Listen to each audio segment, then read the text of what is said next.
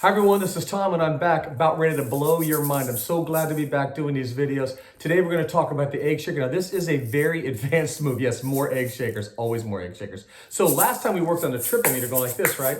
But it doesn't have to be triple meter. And again, this is advanced stuff. You practice this, bam, blowing people's minds. So we're going to work on the clave and something called the partido alto, doing the side shake, right? So like this. So it's like this, right? This move, then woo-hoo! So slow it down. All the downbeats, like the eighth notes and quarter notes, would be right here. Anything off would be with your other hand. So